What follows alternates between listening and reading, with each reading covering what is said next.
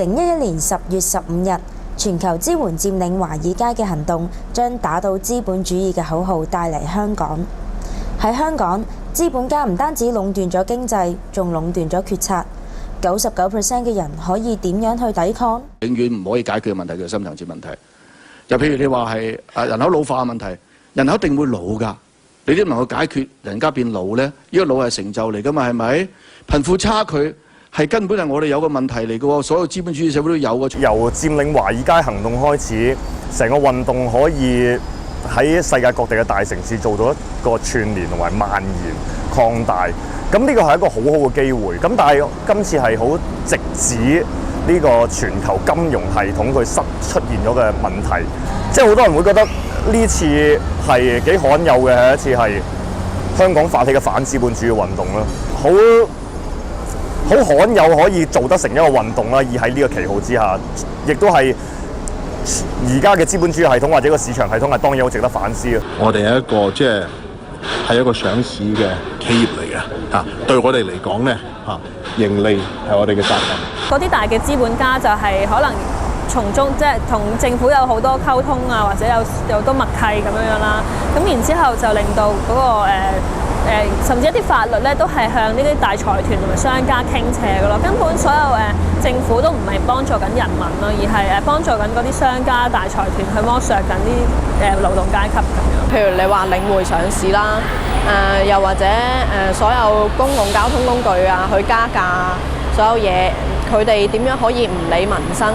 去調整佢哋嘅服務費啊？咁全部嘢都係一啲資本家對市民或者基層嘅剝削嚟嘅。咁可能有啲人揾得錢多嘅，佢哋唔講，但係其實呢啲背後就係資本主義運行嘅結果咯。呢個小社區就係喺度學習緊，或者再重申一次，好 firm 咁認識一次資本主義嘅壞處咯。資本主義個體系就係正佢可以做到一樣嘢，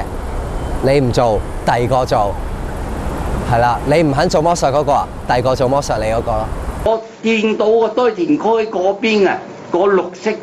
爭啊，你去睇下，心曠神怡。我哋一出世咧，我哋阿爸阿媽啦，我哋一出世啦，就係一個資本主義嘅社會。咁你覺得好唔好啊？其實好唔好都好，我哋係冇揀過，我哋係冇得揀，我哋冇得揀，我哋個生活模式係點？我哋而家大部分人，即係99% 嘅人啦，可能都係為工作而工作咯，冇咗一種生活喺度。你一世供層樓，上得好開心，咁但係就可能冇去思考過，你自身嘅生活係乜嘢咧？咁樣，又或者我如何管理自己嘅生活咧？咁樣，所以我覺得去喺共治上面去思考呢個小社區，會恰當啲，同埋去試翻係一個同一陣線，由生活開始去做一啲對自己嘅革命。1% 同99% 嘅人各說各話，究竟佔領中環呢場運動本身對香港有咩意義？打倒資本主義呢個口號喺香港究竟係咩意思？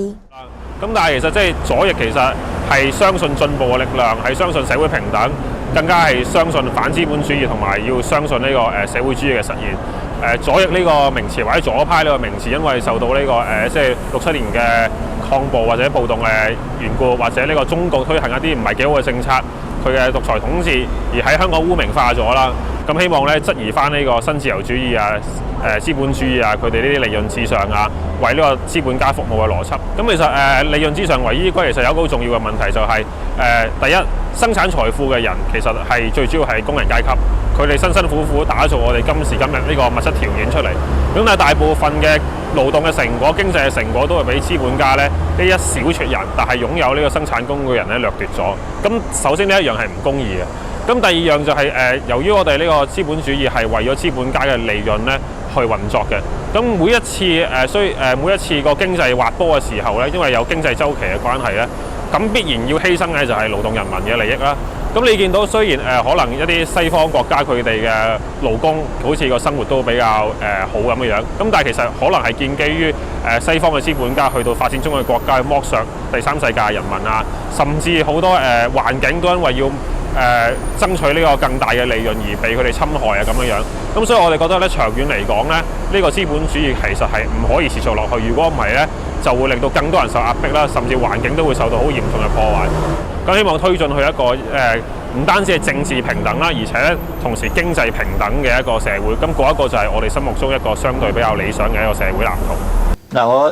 即係我猜想啦，即係有兩種意思嘅，即係而家運動裏邊提出嘅打倒資本主義啦。一個咧就係打倒壟斷啦，譬如而家好流行講嘅地產霸權啊、金融霸權呢啲講法。呢種講法咧，其實就係即係覺得譬如地產咧嗰個市場咧，其實壟斷得好厲害嘅，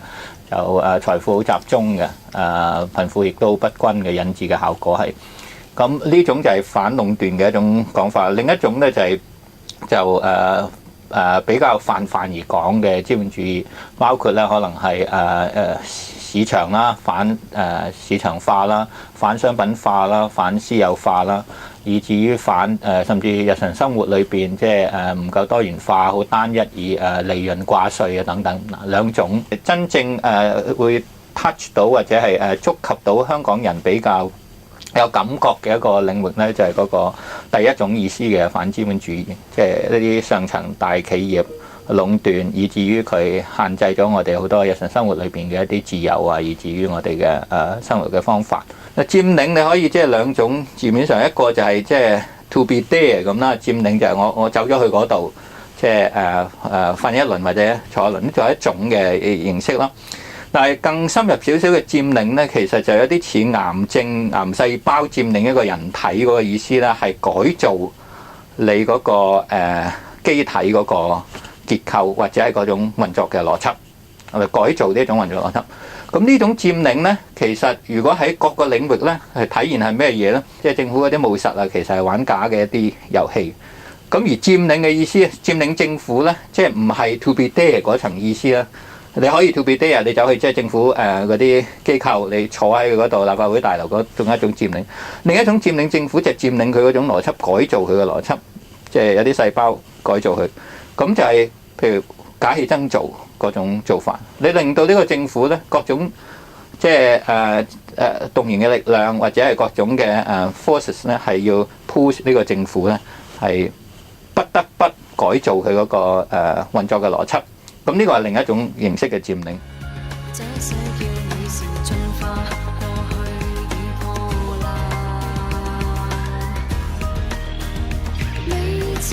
你唔去講你嘅不滿嘅時候，你就係助紂為虐咯。我哋想唔想下一代都好似我哋咁，無論從教育啦、醫療啦、你嘅工作環境啦，同埋一啲好冷血嘅競爭狀態啦，同自己一樣，係一個咁嘅處境。佢而家提出嚟嘅建議係咪就要強化？係並冇誠意解決我哋而家日益嚴重嘅社會問題咧。唔該，主席。司長，